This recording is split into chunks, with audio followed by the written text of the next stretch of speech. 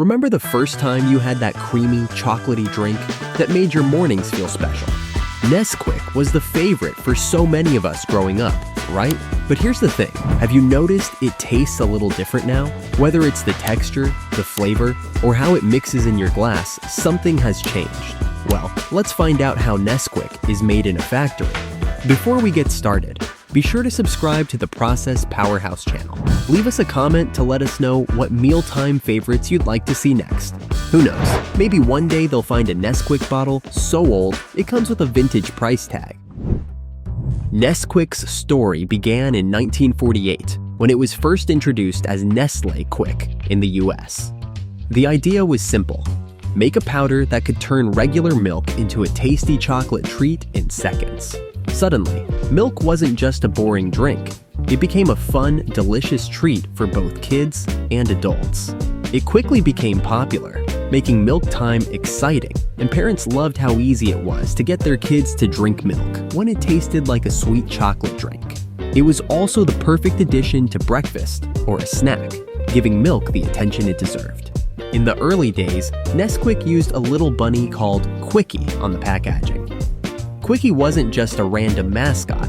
He was a fun, lively character that helped Nesquik stand out. He quickly became the face of the brand, hopping into homes all over the world. Later on, the name Quickie was changed to the more familiar Nesquik mascot we know today, but the idea stayed the same. Make chocolate milk the best part of your day. Quickie wasn't just cute. He was a symbol of how a little chocolate could turn a simple glass of milk into something exciting and special. Today, Nesquik is more than just a drink mix. It comes in different flavors like chocolate and strawberry, and even in liquid form, so there's a Nesquik for everyone. It's not just for milk anymore. You can find Nesquik in cereal, shakes, and more. The bunny is still around, probably getting more fan mail than ever. He's become an iconic figure, and whether you're 5 or 50, Nesquik has stayed true to its roots. That sweet, chocolatey magic has been bringing smiles for years, and it's clear that Nesquik isn't going anywhere anytime soon. Enough about the history. Let's take a look inside the factory.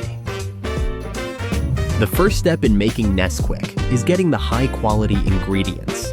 The main ingredients are sugar, cocoa powder, and milk solids. Nestle carefully chooses these ingredients to make sure the flavor is always great. The cocoa beans, for example, come from tropical regions like West Africa and South America, which are known for their rich and flavorful beans. By choosing these regions, Nesquik gets the delicious chocolate taste that people have loved for years. Cocoa beans go through a long process before they even reach the factory. After being picked from cocoa trees, the beans are fermented and dried under the sun for a few days. This fermentation is important for developing the special flavor that makes Nesquik taste so good. It helps break down the beans and create rich flavors, which are improved later in the process. Once dried, the beans are packed and sent to factories for processing. This careful handling helps the cocoa keep its natural oils and flavor, creating a smoother, better chocolate experience when mixed with milk. All these steps help Nesquik deliver that rich, chocolatey taste every time. Sugar is the next key ingredient, and it comes from either sugarcane or sugar beets. Sugarcane grows in warm, tropical areas, while sugar beets grow in cooler climates. Both types of sugar are used to create the perfect balance between sweetness and the rich cocoa flavor. The raw sugar is processed in mills, where it is cleaned, crystallized, and dried.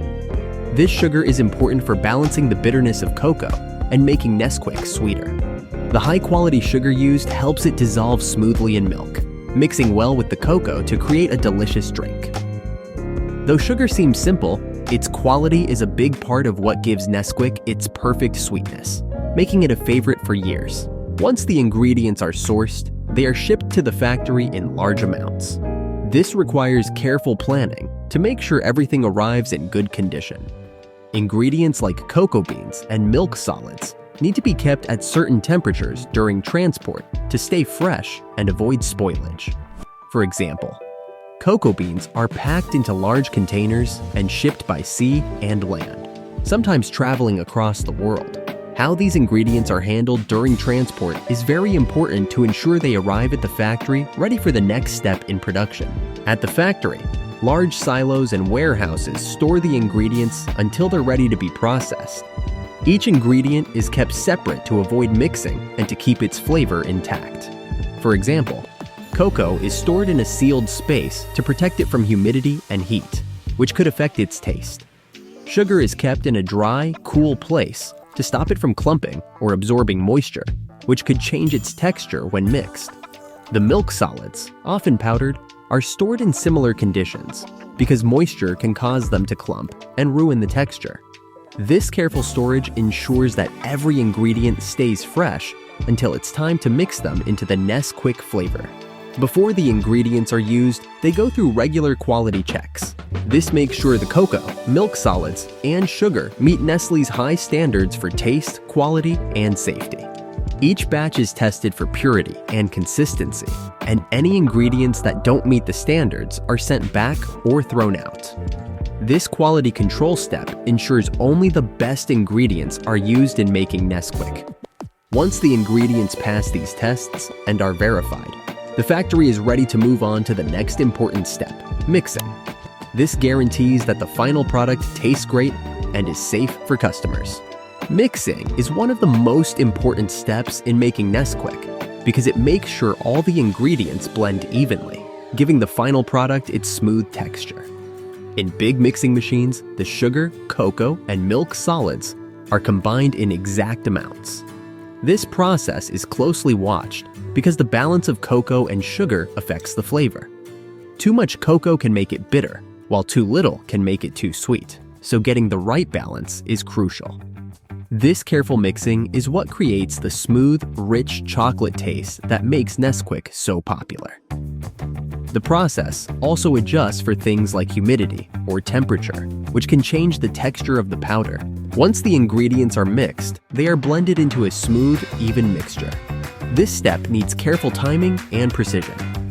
The goal is to make sure the cocoa and sugar are spread out evenly, so every scoop tastes the same. The milk solids are also added carefully to keep the drink creamy and smooth when mixed with milk.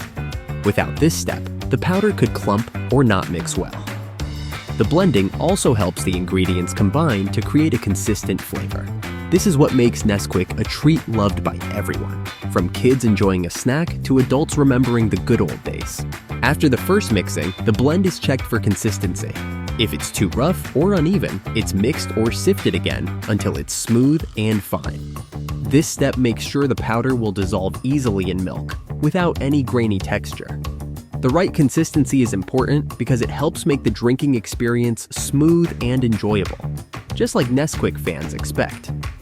Consistency also affects taste. If the ingredients aren't mixed well, the flavor could be uneven, with some scoops tasting more chocolatey than others. Getting the perfect smoothness and flavor balance is what makes Nesquik stand out as a favorite. After mixing, the next important step is grinding and refining the mixture. At this point, the cocoa particles are broken down into a finer texture to help make the final product smooth. Special equipment like mills and grinders is used to turn the mixture into a fine powder. This step is key to making sure the cocoa particles are small enough to dissolve easily in milk, so the drink doesn't have a gritty texture. The refined cocoa powder is then sifted to make sure only the finest particles are used in the final product. This step is important because it removes any larger, rougher pieces that might have been left after grinding. These bigger particles could affect the taste or texture of Nesquik, so it's important that only the smoothest powder is used. The mixture is also checked to make sure the cocoa particles are the right size and texture, so they'll dissolve properly when mixed with milk. The refining process is also important for controlling the taste of Nesquik. If the cocoa isn't refined properly, it can have a bitter taste, which isn't what you want in a favorite chocolate milk powder. The extra care taken during this step makes sure the chocolate flavor is smooth, rich, and well-balanced. By the end of the refining process, the cocoa powder has the perfect consistency, flavor, and texture needed to create the delicious Nesquik drink we all enjoy. After mixing and refining, The next step is drying the mixture. This removes any leftover moisture from the powder, stopping it from clumping or spoiling. The drying process is carefully controlled because too much heat or air can affect the flavor. Large dryers are used to gently remove the moisture, making sure the powder stays light and easy to store. This process also helps the powder stay fresh longer, giving Nesquik its long shelf life. The drying process begins by heating the mixture in a large chamber. Hot air is blown through the chamber to remove moisture from the powder. The temperature is carefully controlled to avoid overheating, which could burn the cocoa and ruin its taste. After the powder is dried, it is collected and cooled to keep its light and fluffy texture. This step is important because it prevents the cocoa powder from clumping, ensuring it dissolves smoothly when mixed with milk. Once the mixture is dried and cooled, it's checked for moisture. Any batches that don't meet the right level are sent back to dry more. This careful checking makes sure Nesquik stays smooth and consistent, so it dissolves easily in any glass of milk, no matter the temperature. Before the Nesquik powder is packaged and shipped, it goes through strict quality checks. These checks happen at different stages of production, from picking the ingredients to the final product. First, the cocoa, sugar, and milk solids are tested to make sure they meet Nestle's standards for quality, flavor, and safety. The product is also tested regularly to ensure every batch tastes the same as the one before it. In the factory, quality control continues after the mixture is blended. It's tasted and tested for texture to make sure the final product has the smooth, rich chocolate flavor that fans expect. Experts use special tools to check the size and texture of the powder. If the powder is too rough or grainy, it's sent back for more processing to ensure it's smooth and easy to dissolve. This attention to detail makes sure Nesquik tastes the same every time you open a new container, no matter where or when it was made. Once the powder passes all tests, it's packed and sealed to keep it fresh. Each batch is labeled with a production and expiration date to make sure it's in the best condition when it reaches customers. These checks ensure that every scoop of Nesquik you make at home tastes just as good as the last, giving you that same delicious, nostalgic flavor every time. The last step in Nesquik's journey from factory to store is packaging. The powder is packed into containers of different sizes, from small packets to large cans, depending on the market. The process is mostly done by machines that fill, seal, and label containers quickly. The containers are made from materials that keep the powder fresh and protect it from light and air, which can affect its quality. The labels include important information, like nutritional details, expiration dates, and of course, the famous Nesquik bunny. The packaging is made to be both useful and attention-grabbing. The bright labels, often with the Nesquik bunny, are meant to catch the eye and make the product stand out on store shelves. The packaging also has information about the product's quality and how to store it. Some packages have resealable features to help keep the powder fresh for longer. Once the packaging is done, the finished products are ready to be shipped to stores and retailers. They are carefully packed into boxes with the needed shipping details. From there, they travel to grocery stores, supermarkets, and online shops, where customers can easily pick them up. The product, now fully packaged and quality tested, is ready to reach homes worldwide, bringing that familiar chocolatey taste to the next generation of Nesquik fans. Nesquik has stayed popular for many years because of a few key reasons. First, it offers something simple but amazing, a perfect mix of rich, creamy chocolate that turns an ordinary glass of milk into a tasty treat. The consistent taste and quality have helped Nesquik build a loyal following. Whether you grew up with it or found it later, mixing Nesquik into milk brings back memories, and that feeling keeps people coming back for more. Another reason Nesquik has stayed successful is its ability to change over time.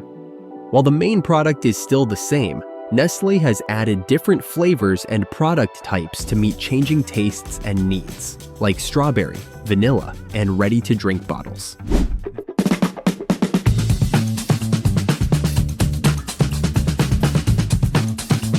Arizona iced tea started in 1992 as a simple idea: big cans, bold flavors, and a low price. The 23-ounce can with the 99-cent label quickly stood out, and more than 30 years later, it's still one of the best-selling iced tea brands in the US. Arizona now sells over 1 billion cans each year. The process starts with real brewed tea, made in large tanks using black or green tea leaves. After brewing, the tea is cooled and mixed with sugar, fruit flavor, or honey, depending on the recipe. Once ready, the liquid moves into filling lines where machines can can thousands of drinks every minute. Arizona runs large bottling plants across the US, built for speed and volume.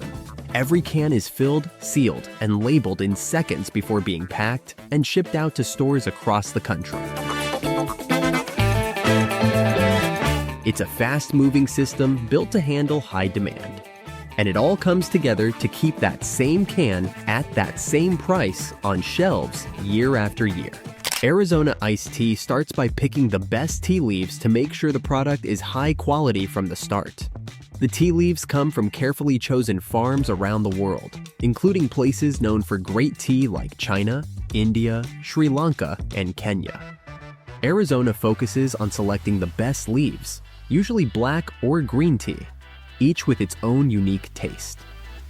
Black tea has a bold, strong flavor, while green tea is lighter and more delicate, perfect for those who want a refreshing drink. By choosing top-quality tea leaves, Arizona ensures every batch is flavorful and reliable. Arizona also adds natural ingredients to improve the flavor. They use sweeteners like cane sugar, honey, or agave syrup, depending on the type of tea. These ingredients come from farms that follow sustainable and ethical practices, making sure the products are not only high quality, but also responsibly produced. Arizona cares about the environment and supports farms that use eco-friendly methods, like saving water and using fewer pesticides.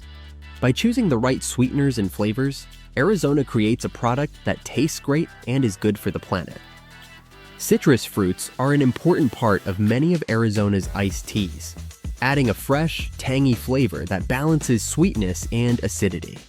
Arizona gets its citrus fruits from places like California, where the climate is perfect for growing the best flavors. The lemon and orange flavors give the teas a bright and crisp taste. These fruits are picked at the right time to make sure they're fresh and full of flavor, adding the perfect touch to the tea. Arizona carefully plans the sourcing process to give customers a top-quality product. By focusing on the best ingredients, Arizona makes sure their tea is always flavorful, natural, and refreshing. Every ingredient is chosen to create a balanced and tasty drink that appeals to many different tastes. Arizona's dedication to high-quality ingredients means every batch of iced tea meets their standards, making each sip enjoyable. This attention to detail in choosing ingredients is why Arizona remains popular and trusted for quality. After the tea leaves are sourced, the next step is extracting the full flavor.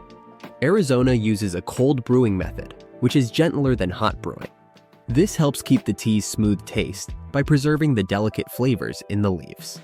By soaking the tea leaves in cold water for several hours, the flavor is slowly released, avoiding any bitterness. While this process takes more time, it creates a cleaner, smoother taste that's typical of Arizona iced tea. This slow brewing also helps ensure the flavor stays consistent in every batch. Cold brewing also helps keep the natural antioxidants in the tea leaves, which are good for health. Antioxidants like catechins and polyphenols can lose their benefits if exposed to heat, but cold brewing preserves them. This method also helps the tea stay fresh and vibrant, which is important for Arizona's refreshing iced teas. The goal is to make a tea that's not too bitter or harsh, but just the right flavor that works well with the sweeteners and other ingredients. This slow and careful brewing process gives Arizona iced tea an edge over other brands that use faster, hotter methods. High heat brewing can make the tea taste bitter or harsh, but cold brewing keeps it smooth and mild. The slower process brings out the tea's natural flavors, giving it a balanced taste that matches the refreshing qualities Arizona is known for. This is one of the main reasons Arizona stands out in the iced tea market. After brewing, the tea goes through a filtration process to remove any loose leaves or particles, giving it a clean and smooth look. This step is important for making sure the final product has a polished texture without any unwanted bits. The result is a strong tea base that will be mixed with other ingredients to make the final drink. The careful handling during this process helps Arizona's iced tea keep its fresh, high-quality taste in every sip. This attention to detail in brewing is a key part of Arizona's success and lasting popularity, ensuring the flavor stays consistent for iced tea fans everywhere. After the tea is brewed and filtered, it moves to the mixing stage, where extra flavors are added to create the different varieties Arizona is famous for. Arizona offers many iced tea flavors like peach, lemon, raspberry, and Arnold Palmer. During mixing, experts combine the brewed tea with natural sweeteners, fruits, herbs, and other flavorings. The goal is to make sure every batch tastes consistent and meets the brand's high standards. Sweeteners are an important part of the mixing stage, and Arizona uses different ones depending on the flavor. Cane sugar is used in most of the classic iced teas, while honey or agave syrup is added to some of the more natural or health-focused drinks. By carefully controlling the sweetness, Arizona makes sure the tea tastes great without being too sugary. This step is important because finding the right balance is key to making a drink that's both refreshing and enjoyable. Arizona makes sure that all ingredients used in the mixing process are top quality. Whether it's real lemon juice or pure fruit concentrates, everything is carefully chosen to meet high standards. By mixing the ingredients with the right measurements, Arizona ensures that their iced tea tastes the same in every bottle and can. This careful process makes sure that each flavor always meets customer expectations with every sip. After the tea is mixed, it goes through pasteurization to keep it safe and fresh. Pasteurization heats the tea to a certain temperature to kill harmful bacteria without affecting its flavor. Arizona uses a gentler pasteurization method than other drinks, which helps keep the tea's taste and smell intact while making sure it's safe to drink. The temperature and time are carefully controlled to preserve the tea's quality during this step. Pasteurization helps Arizona keep its iced tea fresh for longer without using artificial preservatives, preserving its natural quality. It also ensures the tea stays fresh, so customers can enjoy the crisp taste for weeks after it's made. Once pasteurization is done, the tea is quickly cooled to stop any changes in flavor or texture. This fast cooling is key to keeping the fresh taste Arizona is known for. Pasteurization makes the tea safe to drink and helps Arizona keep its iced tea consistent. It ensures that every batch tastes the same, has the same quality, and lasts as long, no matter when or where it's sold. This controlled process allows Arizona to deliver a product that customers can count on every time.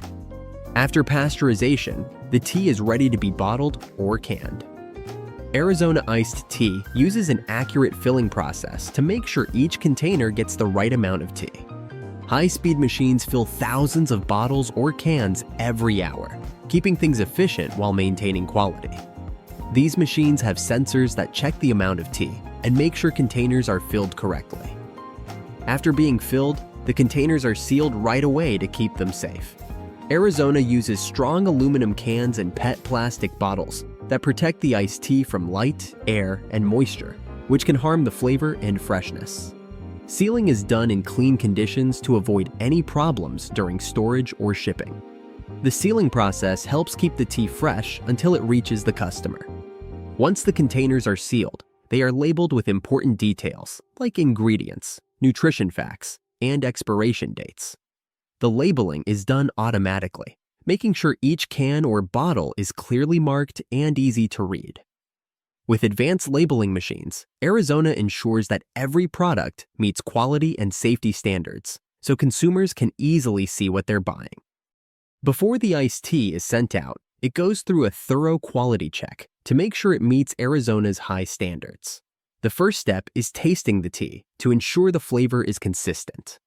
Professionals taste each batch to confirm it matches the expected taste. The company also tests to make sure the tea isn't too sweet or too bitter, aiming for the perfect balance of flavor every time. The quality control process also includes checking the packaging for any defects, like dents in cans or cracks in bottles, which could affect the tea. Metal detectors are used to find any foreign particles that might have gotten into the tea during production. Arizona makes sure every container is free of defects and meets high standards before it leaves the factory. Arizona also tests the iced tea in a lab to make sure it's safe to drink. Random samples are sent for testing to check for any harmful bacteria or germs.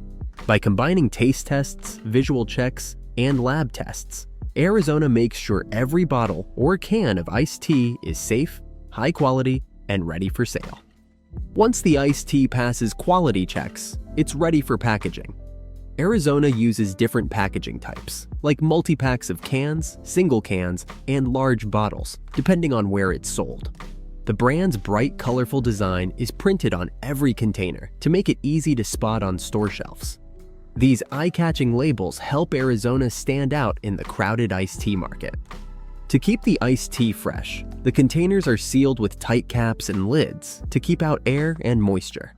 Sometimes, nitrogen is used to replace the oxygen inside the packaging, which helps keep the flavor and freshness. The tea is then packed into boxes or trays for easy transport. The whole packaging process is automated, letting Arizona quickly and efficiently package large amounts of iced tea for shipping. Once packaged, the products are stacked on pallets, wrapped for protection, and labeled for delivery. Arizona makes sure each package is handled carefully to prevent damage during transport. The company uses both machines and people to check that everything is safely prepared for shipping. Whether it's going to a local store or a big retailer, Arizona ensures every container is in perfect condition when it gets to the shelf.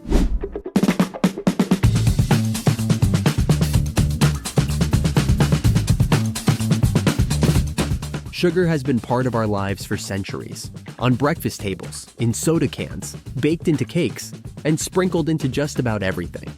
Today, the world goes through more than 180 million tons of sugar every year, making it one of the most used ingredients on the planet.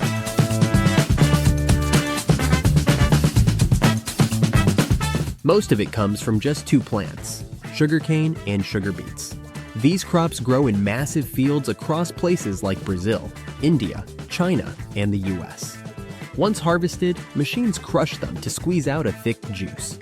That juice is boiled, cleaned, and spun until it forms golden crystals, which are then dried into the white sugar we all know. To keep up with demand, it takes hundreds of factories, thousands of workers, and giant machines running all day long. Some factories crush up to 12,000 tons of cane in a single day, turning plants into sugar faster than you'd believe. It's one of the busiest food industries in the world, and as you're about to see, there's a lot more behind that bag of sugar than meets the eye. Sugar starts with the raw materials, sugarcane and sugar beet.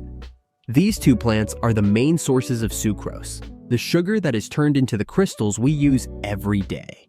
Sugarcane grows best in warm, sunny areas with lots of water, making places like Brazil, India, and Thailand perfect for it. Once the plants reach about 10 to 15 feet tall, they're ready to be harvested. Farmers can cut the cane by hand using machetes or use machines, which is quicker and cheaper. Sugar beets grow better in cooler climates and are mostly found in places like parts of Europe, the US, and Russia. They are usually harvested in the late fall using large machines that pull the roots from the ground. Once collected, the beets are cleaned well to remove dirt and debris, since any impurities can affect the final sugar. Beets are a good choice in areas where sugarcane doesn't grow and provide a reliable alternative for making sugar. Sugarcane and sugar beets are used to make sugar because they hold a lot of natural sugar inside them. This sugar can be taken out, cleaned, and turned into crystals. Both plants are good at storing energy as sugar, which makes them great for large-scale use. Sugarcane grows better in warm areas and gives more sugar per acre, while sugar beets are important in cooler places. To get the most sugar, it's important to harvest these crops at the right time and move them quickly to the factories. After sugarcane and sugar beets are picked, they need to be taken to the mills quickly to keep their sugar levels high and stop them from going bad. Sugarcane, in particular, goes bad fast, so any delays can mean less sugar is collected. The cane is usually moved by trucks or trains to mills that are close by. Once it gets there, it's unloaded and sent straight to be crushed so the juice can be taken out. Since sugarcane is tough and full of fibers, it's important to process it fast to keep the sugar fresh and get the most out of it. After sugar beets are harvested, they're taken to factories where the sugar is removed. They're usually moved in big trucks, and since beets are tougher than sugarcane, they can handle a bit more travel time. Still, it's important to move them quickly, usually within 48 hours, so they don't lose their sugar. Once they arrive at the factory, the beets are unloaded, washed, and sliced to get them ready for the next step. Moving sugarcane and sugar beets quickly is super important for making good sugar. If there are delays, the plants can lose some of their sugar, which lowers the amount and quality of the final product. Since both crops take up a lot of space, big trucks and lots of planning are needed to move them smoothly. Good transport helps keep the crops fresh, reduces waste, and makes sure the factories get the best raw materials for sugar making. The next step is getting the sugar out of the plant. For sugarcane, it starts with washing the stalks to get rid of dirt and other stuff. Then, the cane goes through big machines with rollers that crush it and squeeze out the juice. This juice has sugar, water, and a few other things from the plant. To make it cleaner, the juice is filtered to take out bigger bits and fibers. After that, it's moved to tanks, where the heavier stuff settles to the bottom, leaving cleaner juice on top. For sugar beets, the roots are cleaned really well to get rid of dirt and anything that might mess up the sugar. After cleaning, the beets are cut into thin slices or chips to make it easier to pull the sugar out. These slices are then soaked in hot water in a process called diffusion, which helps the sugar come out and mix with the water. The liquid that comes out is then filtered to take out the leftover beet pieces and anything else that's not sugar, leaving a sugary liquid behind. The goal of the extraction step is to get as much sugar as possible out of the plants. The more juice you can pull from the cane or beets, the more sugar you can make. How well this works depends on things like how much water is in the plant, how hot the process is, and how good the crushing or soaking methods are. This step is really important because it decides how much sugar you'll get from each batch of plants. After the juice is taken out of the plant, it needs to be cleaned to get rid of anything that could affect the sugar. The first cleaning step is called clarification. In this step, the juice is heated to get rid of extra water. Then, lime, a type of calcium powder, is added to balance the acidity. And sometimes other things like phosphoric acid or carbon dioxide are used to help with cleaning. The lime makes the unwanted stuff, like dirt and proteins, stick together into a thick sludge, which is then removed using filters. What's left is a clean liquid called clarified juice. The next cleaning step is called decantation. In this stage, the clarified juice is left to sit in tanks so any leftover impurities can settle to the bottom. The juice is already pretty clean by now, but it might still have a few things in it that need to be taken out. That's why it's often filtered a few more times, using finer filters to make sure it's as pure as possible. This step helps remove anything that could affect the taste, color, or quality of the sugar, and also makes sure the juice is safe to use. Purifying the juice is very important because anything left in it, like tiny bits of dirt or minerals, can change the color or taste of the final sugar, especially white sugar, which needs to be super clean. Even small amounts of unwanted stuff can make the sugar look off or taste weird. That's why the steps like clarification and filtering are done carefully, to make sure only clean sugar goes into the next part where it turns into crystals. After the juice is cleaned, it goes into the evaporation stage, where most of the water is taken out to make a thick syrup. This syrup still has some sugar and other things in it, so it needs to be boiled even more to start turning into crystals. Special vacuum pans are used to boil the syrup at a lower pressure, which helps the water evaporate faster. The vacuum also stops the sugar from burning, which could make the sugar taste bad. As the syrup thickens, small sugar crystals begin to form. To help more crystals grow, tiny sugar crystals are added to the syrup. This helps control how big the crystals get. The longer the syrup boils, the larger the crystals will be. This step is important for making the sugar the right texture and purity. The goal is to make sugar crystals that are as clean and even as possible to ensure a high-quality product. After boiling, the syrup is cooled, and the sugar crystals are separated from the leftover liquid called molasses in a process called centrifugation. A spinning machine uses force to separate the sugar from the molasses. The sugar crystals are still raw at this stage and need more cleaning, but this is the first step in turning the liquid juice into solid sugar. The crystallization process is an important step in making sugar because it decides how big and pure the sugar crystals will be. After boiling, the syrup is moved into crystallizers, where it cools slowly so bigger crystals can form. The process is carefully controlled to make sure the crystals grow evenly and reach the right size. The longer the syrup cools, the bigger the crystals get, and the more efficient the process becomes. Once the crystals are the right size, they are separated from the leftover syrup using centrifugation. This process spins the mixture quickly to push the syrup to the outside of the drum, leaving the sugar crystals behind. The result is raw sugar, which still has some molasses in it and needs more processing to become the white, refined sugar most people use. Crystallization is important because it changes sugar from a liquid to a solid. The size and purity of the crystals affect how good the final sugar will be. Good crystallization makes sure the sugar is clean, free from impurities, and ready for the next step.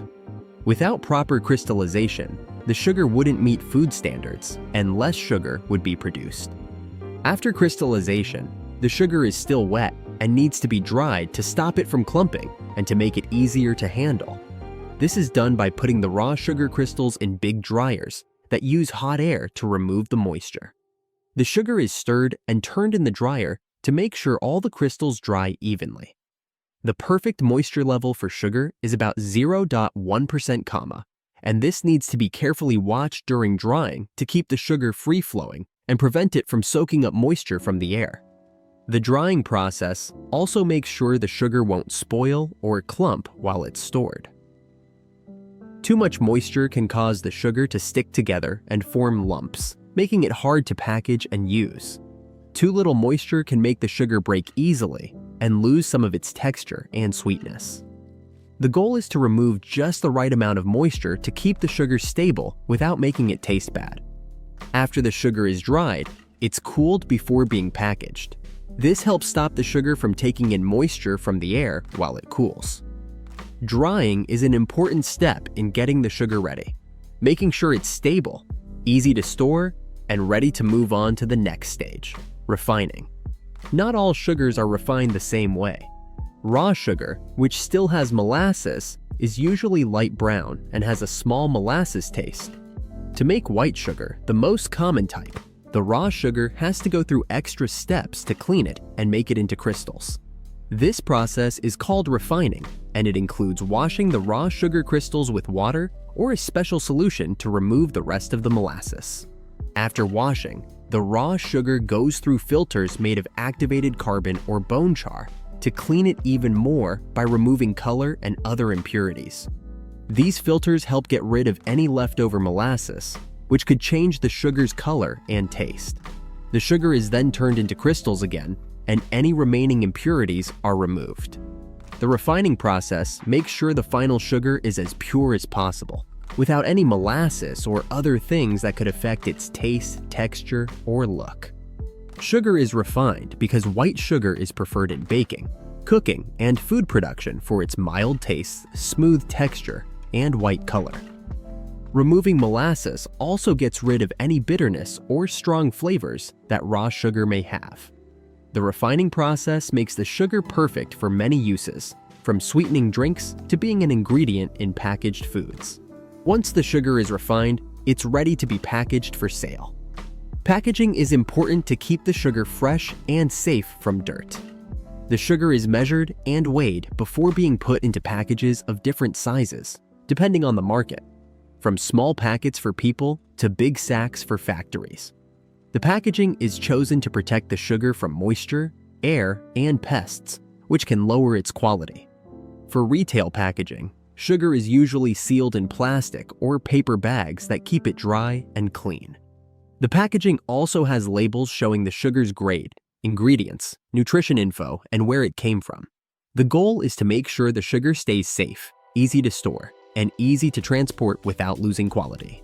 Packaging not only protects the sugar, but also helps with branding and marketing.